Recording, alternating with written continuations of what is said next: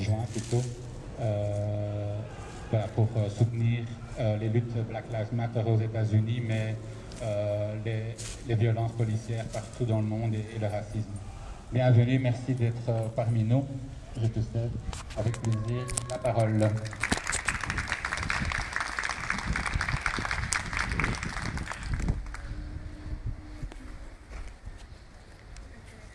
Merci, je vais faire ça en anglais. So, my name is Stephanie, and I'm here today to speak on behalf of Belgian Network for Black Lives, and I'd like to thank you for inviting us. So, we are new in name, but we're old in stories. We are new in name, but we are old in stories. Today, we are here from the backs of those that came before us, and we are also the backs for those that will come after. Today I would like us to take a moment of silence to call for justice pour Akram. Akram was 29 years old, Algerian, choked to death in broad daylight in Antwerp on the 29th of July, only 2 days ago. Justice for Akram, justice for Akram, justice for Akram. We'd like to see an end of police violence. We want justice pour Lamine, justice pour Semira, justice pour Mehdi, justice pour Adil, justice pour Dieudonné, justice pour Mauda, justice for all the names we know and all the names we do not know. How can we celebrate? How can we celebrate a state that is violent? How can we celebrate violence? A state that has been failing us now and also continues to fail us.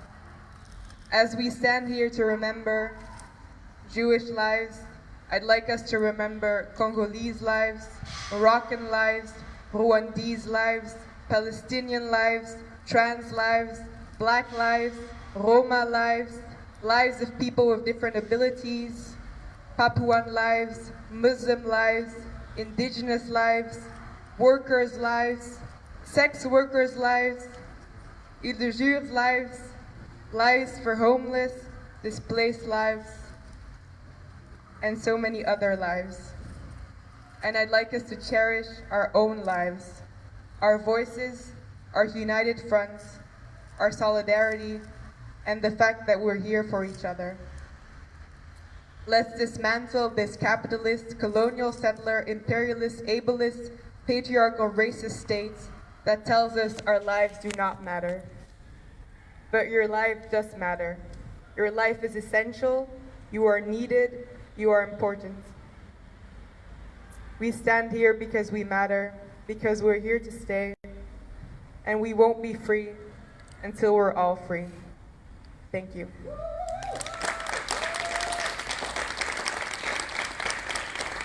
Merci beaucoup. Je pense pas qu'on doit traduire. Hein? Je pense que c'est plus compréhensible pour tous. J'appelle Serge. Vous savez, parmi les racisés et les victimes de racisme en Belgique, ben, il y a un groupe de personnes dont on ne sait même pas combien ils sont. On les estime entre 100 et 150 000, les sans-papiers, des gens qui sont partis pour plein de raisons multiples et variées, et souvent à cause de nos guerres ou à cause de nos pillages, à cause aussi maintenant du réchauffement climatique. Et donc, ces sans-papiers ne sont considérés même pas comme des humains, et pourtant, heureusement, ils s'organisent. Et je suis très content d'avoir avec nous aujourd'hui Serge, qui fait partie de la coordination des sans-papiers en Belgique. Bonjour à tous. Ouais, ce jour de fête de la Belgique, eh bien, il y a des milliers de personnes aussi qui vivent en Belgique depuis des années et qui sont toujours dans la tristesse. Vous savez, avec ce que nous venons de vivre comme situation, une situation inédite qui restera toujours gravée dans la mémoire avec le confinement, les gestes barrières et les sans-papiers en sont sortis laminés, tétanisés, vraiment presque fondus. Parce que déjà congelés par leur situation de sans-papiers administrative avec beaucoup de difficultés, ça a été difficile. Nulle était la solidarité des Belges, la solidarité des citoyens. Et on aurait vu beaucoup de catastrophes. Et ce jour où déjà le Conseil européen vient de signer un accord où ils vont peut-être trouver des solutions, mais la solution des sans-papiers ne semble pas venir. Nous sommes toujours à cette quête de solidarité, pour aller vers la régularisation des sans-papiers. Des milliers de femmes, des enfants et des hommes sans droit. Je vous assure que c'est inhumain. Vivre cette situation, qui est le prolongement des politiques impérialistes, des politiques d'austérité, des politiques, de toute cette chaîne de politiques appliquées par l'Occident, nous pensons qu'il faut qu'on aille vers des solutions. Et la solution pour les sans-papiers, on ne cessera de le dire, c'est la régularisation. C'est pour cela que nous saluons des initiatives comme ça, où on peut faire une convergence de nos luttes, où on peut échanger, se partager les expériences, parce qu'il est inadmissible qu'on continue à avoir un citoyen croisé d'une rue, violenté par la police et perdre la vie. On pensait que ça n'arrivait qu'aux États-Unis, et pas plus tard qu'avant-hier, c'était en Anvers. C'est regrettable. Il faut que ça s'arrête. Il faut que ça s'arrête et nous devons dénoncer ça. Nous pensons que c'est légitime de gagner la rue pour continuer à dénoncer ces dérives droitières qui exposent les gens, qui choisissent les gens. Et la coordination des sans-papiers pour laquelle je prends la parole ici sollicite vraiment cet élan de solidarité avec ceux qui ont pris l'initiative de vouloir former le gouvernement, mais sincèrement, on n'est pas dupe. Il va encore s'embourber, il va encore patauger. Et c'est certain qu'il n'y aura pas grand-chose. Mais nous, on a fait ce qu'il fallait faire en tant que coordination. La caravane des sans-papiers, si vous avez entendu parler de ça, ça a donné naissance à ce que, bon voilà, la grosse coupole comme la CNCD 1111 puisse créer les communes hospitalières.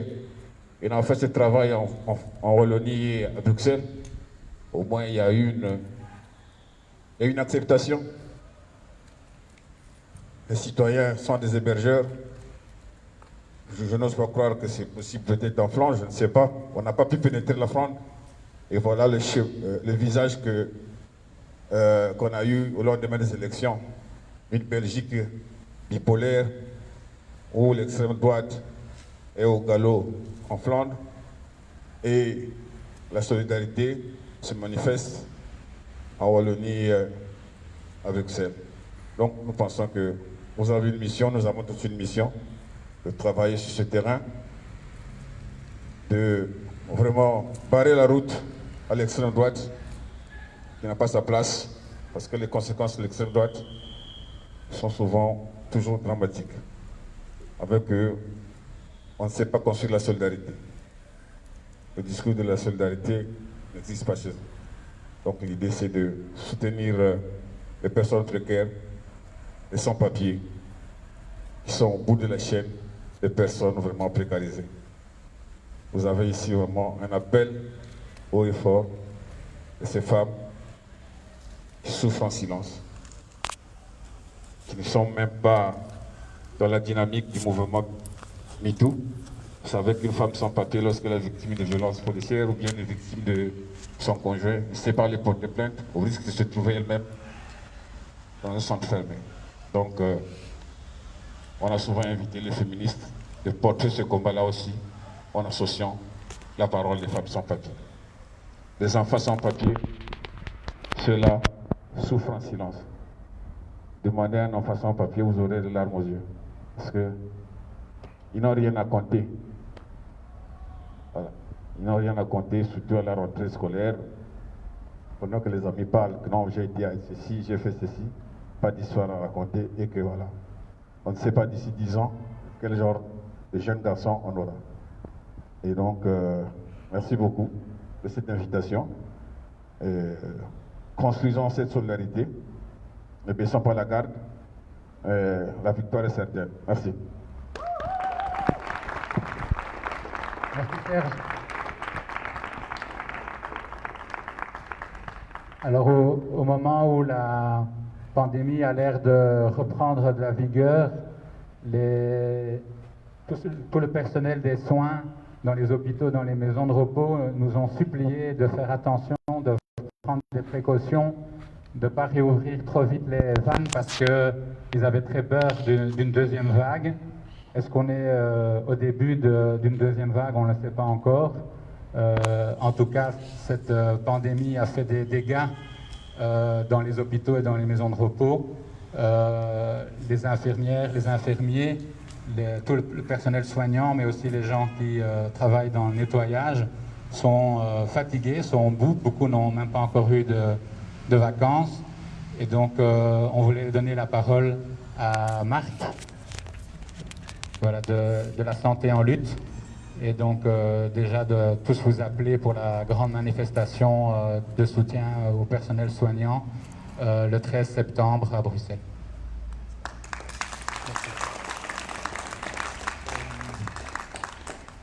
Bon, comme le disait Amel, on est vraiment dans le début peut-être une deuxième vague, comme est en train de se passer déjà en Espagne.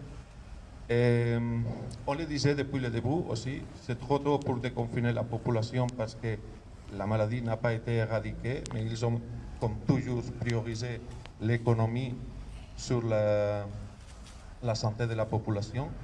Cette priorisation de l'économie, c'est rien de nouveau, c'est du néolibéralisme clair et net, mais maintenant, avec cette crise de coronavirus, avec cette pandémie qu'on a vécue, je crois que la masque de bienfaisance du libéralisme a tombé complètement parce qu'ils ont démontré qu'ils sont incapables de gérer la santé de la population. Les gouvernements, avec leurs mesures, leur irresponsabilité, c'est l'unique responsable du carnage qui s'est passé dans les maisons de repos où 6400 personnes sont décédées selon les rapports des Médecins sans frontières qui représente plus ou moins les 62% de la population qui a décédé en toute la Belgique, ce qui est énorme. Et ces personnes sont décédées, à part parce que sont des personnes âgées et faibles, parce que leur santé est gérée par le système capitaliste. Ce sont des maisons qui ont été privatisées depuis des années. Et aucune direction, aucune multinationale a fait des réserves de matériel comme ce qu'avait fait par exemple l'hôpital Saint-Pierre, parce que l'unique qui comptait, c'était l'argent. Parce que sont des personnes complètement précarisées, racisées. Ce sont les femmes qui travaillent dans les maisons de repos dans les pires conditions. Et tout ça, il y a une responsabilité politique derrière, et c'est le gouvernement qu'il faut le faire payer. Aujourd'hui, ils vont faire leur hommage aux héros, comme ils nous appellent, mais nous, on ne veut pas être ni des héros ni des martyrs. On veut être des travailleurs et travailleuses de la santé publique, une santé digne pour tous et pour toutes. Et c'est pour ça que pour nous c'est très important qu'il y ait une grande mobilisation cette prochaine 13 septembre, que c'est une manif qu'on a dû postposer à cause de la pandémie, parce qu'on veut se rappeler, on veut se souvenir de que ça fait des années qu'on lutte contre toutes les mesures d'austérité dans les soins de santé, et ça c'est une politique criminelle. Et ici, aujourd'hui, ceux qui fêtent leur fête de l'autre côté sont les criminels qui ont laissé mourir leur population.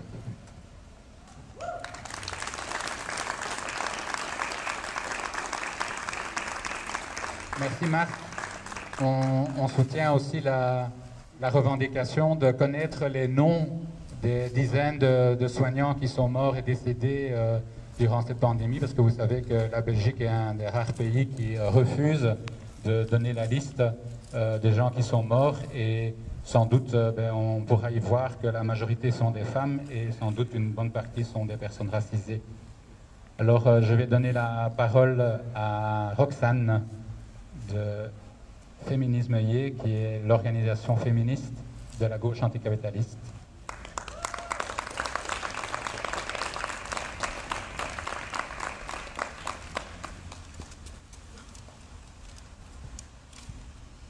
Je me rapproche un peu de vous quand même. Je pense que chacune d'entre nous pourrait être ici et moi je pourrais être là, donc voilà. Mais je joue le jeu de prendre la parole pour mettre en avant les luttes féministes, puisque en ce 21 juillet 2020, la Première ministre nous enjoint à la célébration dans l'allégresse du tous ensemble. Un jour, elle dira même peut-être tout ensemble, pour jouer le jeu de la carte du féminisme libéral. Ça sonne creux, ça sonne pieux et ça sonne dangereux. On nous enjoint à la célébration parce qu'on devrait oublier. On devrait oublier que le triptyque de l'État, de l'institution catholique et des patrons est directement responsable du contrôle de nos corps qui doivent être rendus dociles, conformes et dévoués au travail. On devrait oublier que comme chaque année, les ministres sont invités à une messe, un tédéum, pendant que les femmes et les personnes trans galèrent à avoir accès à l'avortement et à la santé. On devrait oublier que la laïcité a la bon dos quand elle peut se faire l'instrument du racisme d'État qui exclut les femmes portant le hijab des écoles, de l'enseignement supérieur et de l'accès à l'emploi, et quand il s'agit de renforcer l'impérialisme en envoyant des F-16 en Afghanistan et en Irak. On devrait oublier qu'on n'entend plus du tout parler de la laïcité, voire même qu'on va jusqu'à abdiquer quand il s'agit de permettre l'interruption volontaire des grossesses. Un rappel historique, on sait qu'en 1990, le roi Baudouin en Belgique a abdiqué. Le roi n'est pas censé se positionner, il est censé suivre ce que le gouvernement dicte. Mais le roi a envoyé un message fort en abdiquant pendant un jour pour refuser la dépénalisation. À l'époque, c'était partiel de l'avortement. Aujourd'hui encore, on subit les conséquences de cet héritage historique avec des partis comme la NVA, le CDNV, le CDH, le Vlaams Belang et même la collaboration de certains libéraux et de certains verts contre l'avortement, contre une dépénalisation totale de l'avortement pour un accès libre et sans condition, parce qu'on ne joue pas avec la vie des femmes, on ne joue pas avec la santé des femmes, on ne joue pas avec le mental des femmes.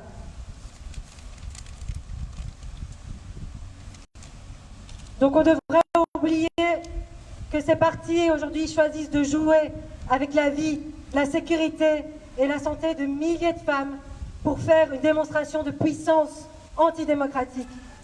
On devrait oublier que l'extrême droite est actuellement au pouvoir dans de nombreux pays dans le monde et que l'extrême droite voudrait que les femmes retournent au foyer, que l'extrême droite voulait que les femmes s'occupent de préserver la famille bourgeoise, la famille patriarcale, la famille hétérosexuelle.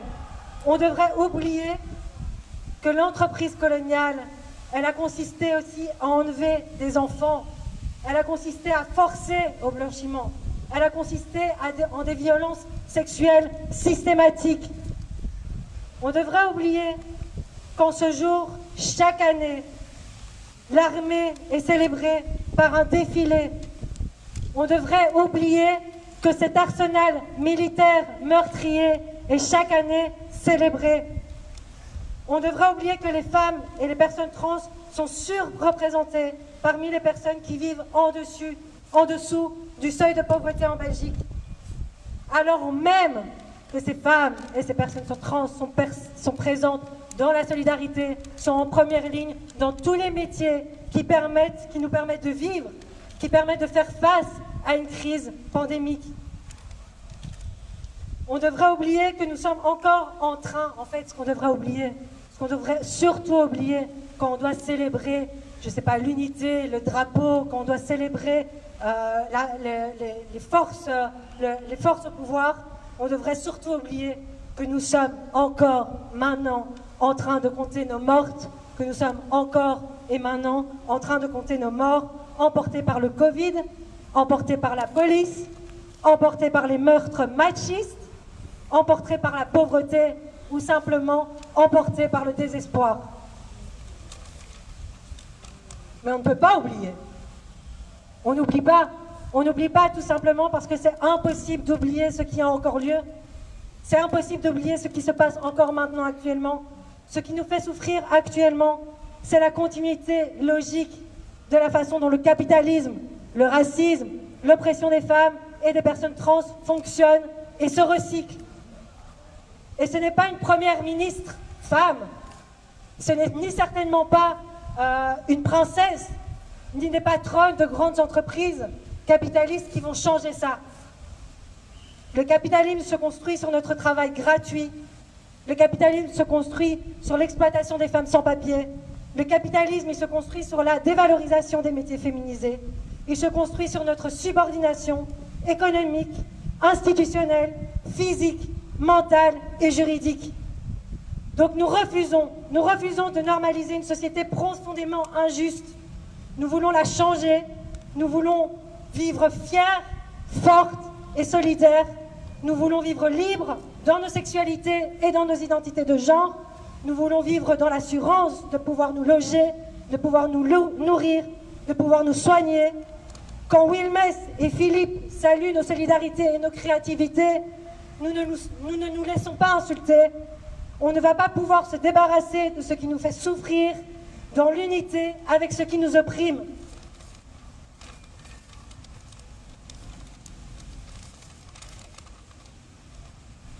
Nous devons absolument représenter une menace pour les banques et pour les grandes entreprises capitalistes. Et comment est-ce qu'on représente une menace? En participant, en s'organisant et en participant à la construction de mouvements de masse.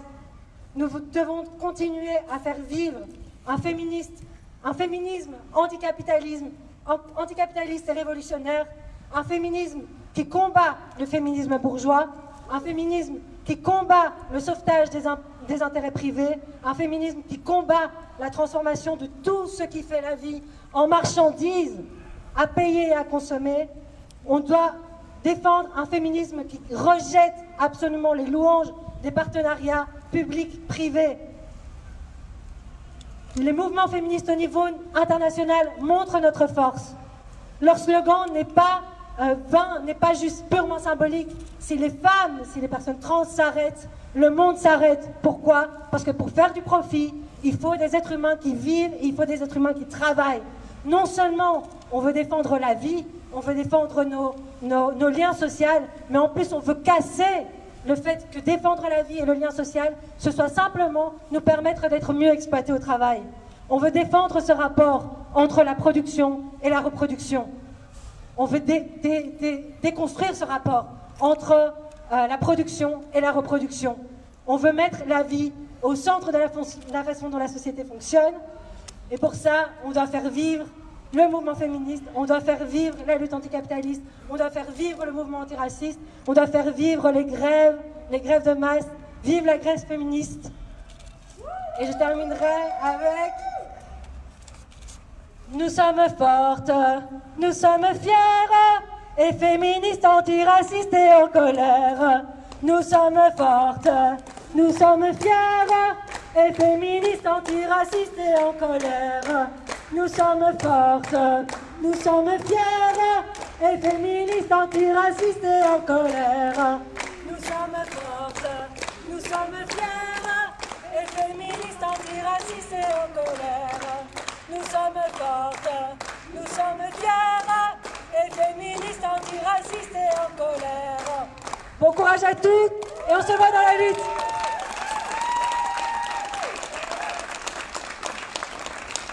Merci.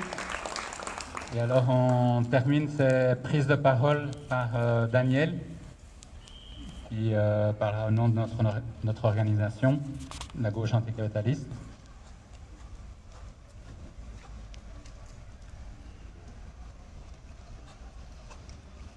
Voilà, c'est un peu émouvant pour moi de parler ici dans ce lieu parce que je parle devant deux membres de ma famille. Il y en a un qui est là, il écrit en petit avec son nom et son prénom. C'était un apatride né à Schaerbeek, arrêté à Schaerbeek également, puis qui a fait le trajet de Malines à Auschwitz. Puis il y a un autre membre de ma famille qui est lui bien vivant, le petit Sam Libman Diallo, et c'est à ces deux personnes que je m'adresse à travers vous. Alors, le début de mon discours sera un peu trash. Attention les enfants, c'est pas pour les oreilles sensibles, mais vous pouvez entendre quand même. Daniel, le micro, s'il te plaît. Merci. Tout est permis aux membres de la bande. Il dispose de l'honneur comme des biens des citoyens. Il a droit de vie et de mort. Si cela lui convient, il jettera dans la rue une vieille femme par la fenêtre d'un 3e étage. Il démolira un piano. Il brisera à coups de chaise la tête d'un nourrisson. Il violera une fillette sous les yeux de la foule. Il enfoncera des clous dans un corps vivant. Il massacre des familles entières. Il arrose de pétrole une maison. Il en fait un brasier et, avec son gourdin, achève tous ceux qui se jettent sur le pavé. Il n'y a pas de supplice imaginé par un cerveau rendu furieux par le vin et le fanatisme qui lui soit interdit. Il peut tout, il ose tout. Ensanglantés, brûlés, affolés, les victimes courent çà et là dans une panique de cauchemar, cherchant une ombre de salut. Les uns dépouillent les morts de leurs vêtements sanglants, s'en revêtent et se couchent dans l'état de cadavres. D'autres tombent à genoux devant les officiers, les policiers, devant les assassins, tendent les bras, rampent dans la poussière, baisent les bottes des soldats, supplient, appellent au secours. On leur répond par des rires d'ivresse. Vous avez voulu la liberté, goûtez-en les douceurs. Cet extrait ne vous dit pas où ça se passe, quand ça se passe, qui sont les victimes, quelles étaient leur culture, leur organisation sociale, leur vie politique. Mais il nous dit beaucoup sur les assassins, et ils sont tous les mêmes. Qu'il s'agisse des Interamwe ou du Ku Klux Klan, qu'il s'agisse des loups gris ou des Khmers rouges, ils sont tous les mêmes, ils se ressemblent. C'est eux qui ont tous la même tête, le même rire, la même ivresse. Et c'est cette unité qui les rallie, eux, qui doit nous inviter à l'unité de toutes les luttes antiracistes, mais aussi à l'unité du monde ouvrier et populaire contre ces gens-là.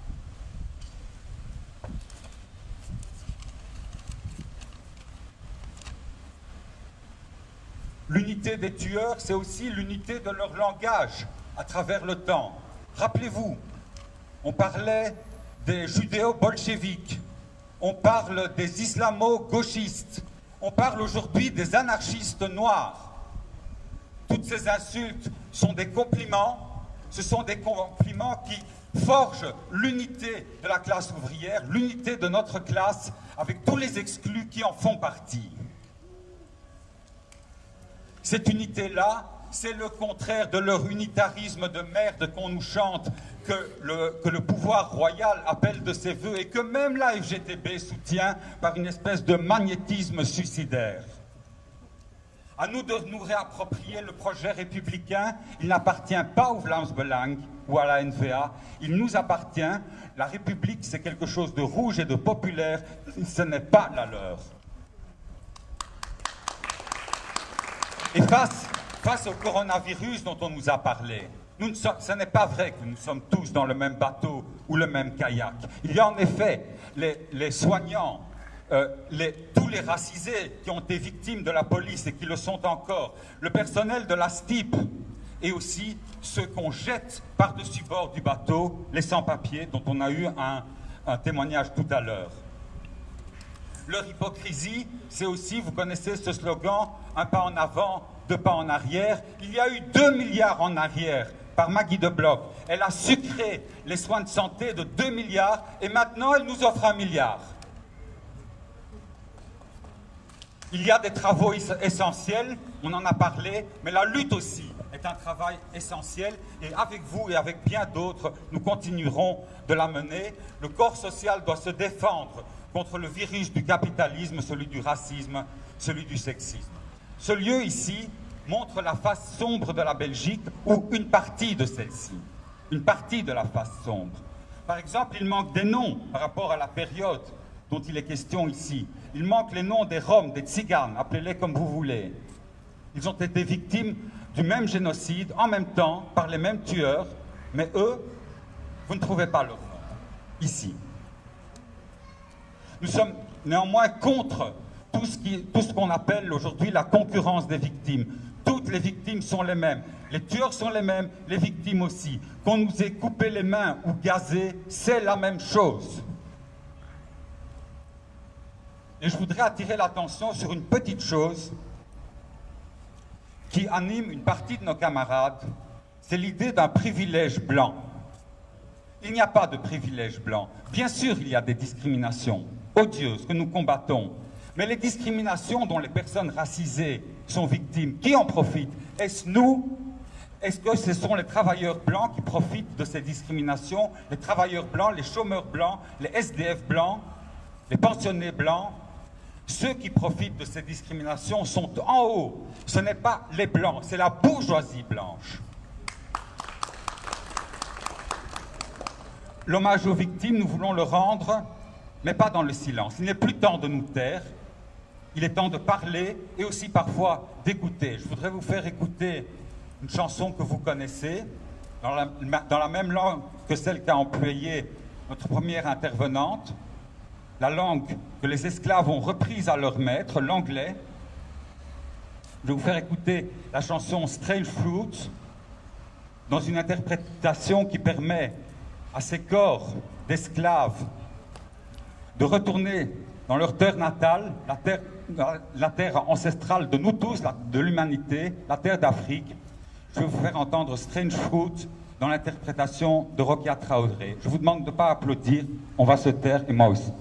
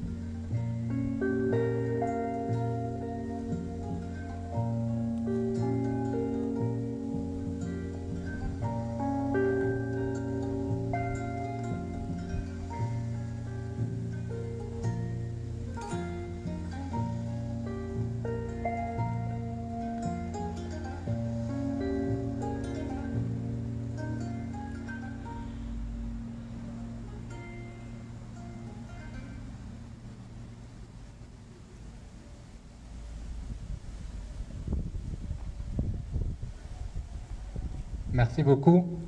Je vous propose de poursuivre cette activité. C'est juste ici derrière, devant le monument des résistants. N'oubliez rien ici à l'intérieur parce que on va fermer la porte et donc on ne sait plus rentrer. On n'oublie rien, t'inquiète. Voilà, donc c'est juste ici en sortant à droite et on aura encore quelques petites surprises culturelles.